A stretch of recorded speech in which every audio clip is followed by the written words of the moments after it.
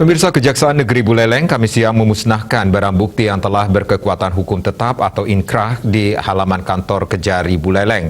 Dari pemusnahan tersebut, yang terbesar yakni barang bukti sabu-sabu seberat 910 gram neto dari total 20 kasus narkoba.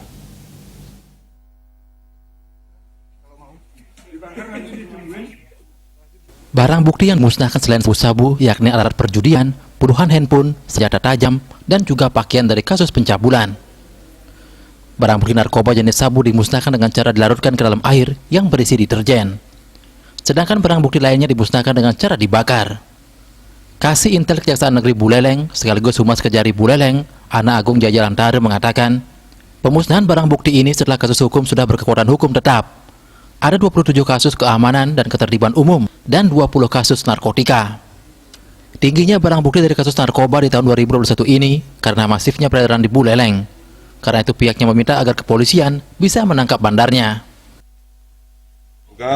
Yang terpenting ini yang kita menjadi atensi yaitu tindak pidana narkotika di sebanyak 20 perkara dengan barang bukti narkotika jenis sabu dengan berat neto sebesar 910,85 gram. Ya, jadi itu yang kita sudah lakukan dengan cara mencampurkan ke dalam air yang berisi deterjen untuk di mix dan kita buang di toilet seperti itu. Itu sama 1 tahun? Ini perkara tahun 2021. Ya, 2021. Tangkapan terakhir kan yang besar itu yang 800 gram itu yang agak tinggi barang narkotika. Komang Yuda, Bali TV.